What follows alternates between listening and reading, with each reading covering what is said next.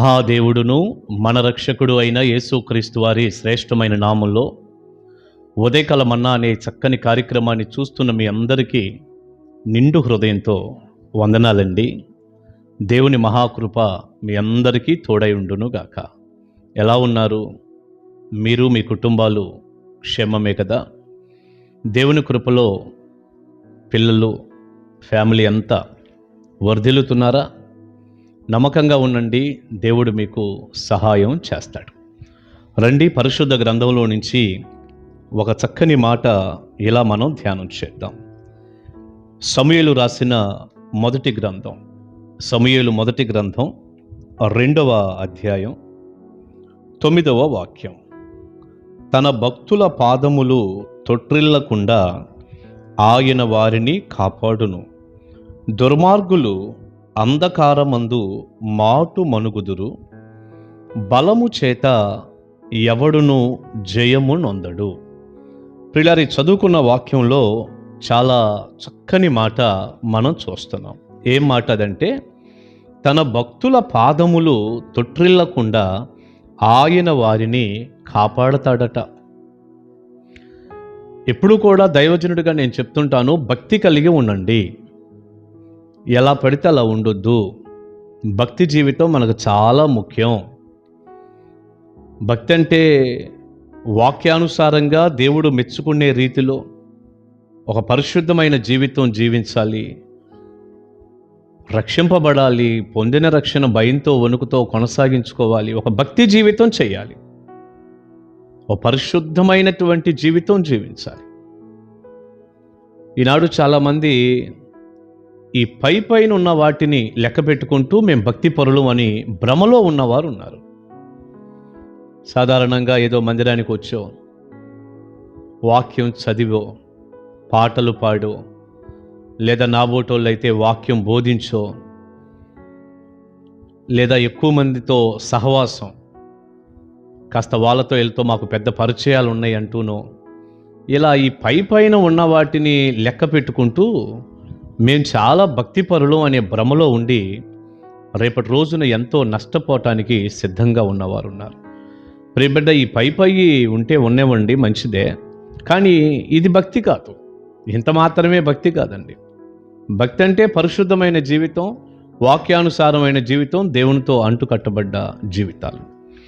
అలా ఎప్పుడైతే మనం భక్తిగా ఉంటామో, బైబిల్ అంటుంది, తన భక్తుల పాదములను తొట్రిల్లకుండా ఆయన వారిని కాపాడుతాడట.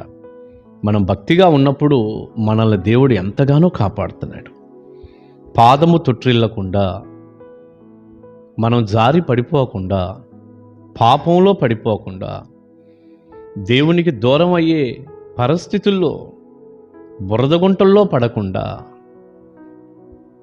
ఎంత కాపాడుతున్నాడండి దేవుడు. నువ్వు భక్తిగా బతకాలనే ఆశ నీకుండి భక్తిగా జీవిస్తూ ఉంటే మనల్ని కాపాడటానికి దేవుడు ఎంతో సిద్ధంగా ఉన్నాడు. ప్రియులారా, పరిశుద్ధ గ్రంథంలో కీర్తనాకారుడు ఒక చక్కని మాట ఇలా అన్నాడండి. 97వ కీర్తన,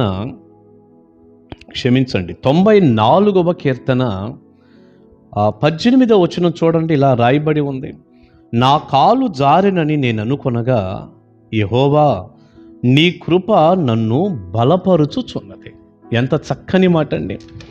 నా కాలు జారిందని నేను అనుకున్నాను, నేను పడిపోతున్నట్టు అనిపించింది, కానీ నీ కృప నన్ను బలపరిచింది అన్నాడు.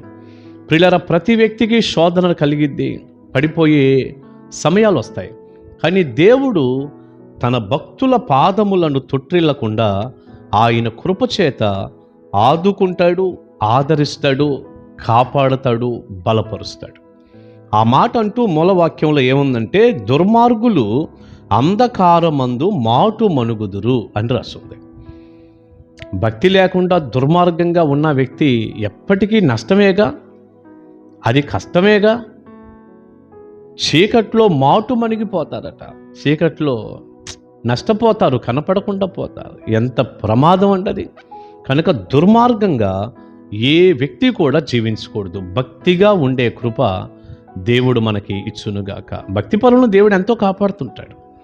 మరొక మాట ఈ వచనంలో రాస్తుందండి, చక్కని మాట. బలము చేత ఎవడును జయము నొందడు. ఎంత చక్కని మాట అండి. బలము చేత ఎవ్వడు కూడా జయము నొందడు. ఈరోజు మనం జయించాలి, అపవాదిని జయించాలి, వాడు అనుచరులైన దెయ్యాలను జయించాలి, లోకాన్ని జయించాలి, పాపాన్ని జయించాలి. మనం జయించాల్సినవి చాలా ఉన్నాయిగా.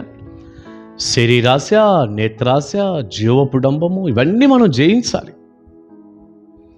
ఇలా జయించటానికి, ఒక జయ జీవితం పొందటానికి మన బలము సరిపోయేది కాదు. మన బలం సరిపోయేది కాదు. బాహ్యంగా అయినా ఏదైనా ఒక విజయం సాధించాలన్నా, ఒక సక్సెస్ అవ్వాలన్నా కూడా కూడా మన బలం సరిపోదు. మన బలంతోనే ఏదో చేసేయలేం. కాస్త ఆరోగ్యంగా బలంగా ఉంటే మంచిదే కానండి, బలంతోనే సక్సెస్ రాదు, బలంతోనే జయము రాదు. అలాగైతే ఎంతోమంది ఇప్పటికే మరి జయించాలిగా, బలవంతులైన వారు పక్కన పడిపోయి ఉన్నారు బోలెడు మంది. దాంతోనే సాధ్యపడదు. ఇప్పుడు నేను దైవజనుడిగా చెప్పినట్లుగా సాతాను కానీ, వాడి అనుచరులు కానీ, లోకము, పాపము, ఈ శరీరాశ, నేత్రాశ, జీవపడంబు ఇవి ఉన్నాయి చూడండి. వీటన్నిటినీ కూడా జయించటానికి కూడా మన శక్తి, మన బలము, మన క్రియలు ఏవి సరిపోవండి. మరి ఏవి సరిపోయిద్దాయి అంటే దేవుడు మనతో ఉండాలి. దేవుడు మనతో ఉండాలి. మీరు ఇర్మియా గ్రంథం 1వ అధ్యాయం 19వ వచనాన్ని మీరు చదువుకుంటే అక్కడ ఏముందంటే, ఇర్మియాతో దేవుడు అంటున్నాడు, వారు నీతో యుద్ధం చేస్తారు, కానీ నేను నీకు తోడుగా ఉన్నందువలన వారు నీ పైన జయము నొందరు అన్నాడు.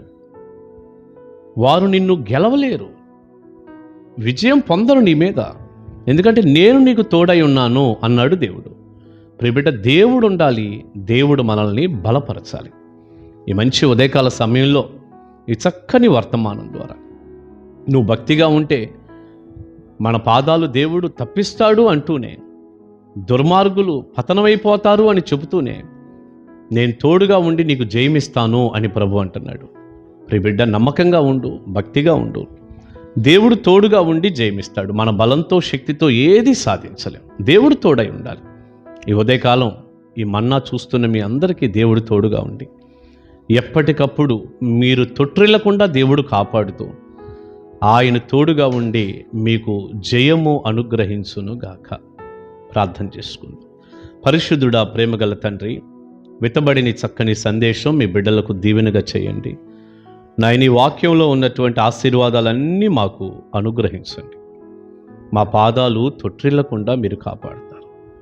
మీరు తోడుగా ఉండి మాకు జయమిస్తారు. అది మా బలంతో జరిగేది కాదు.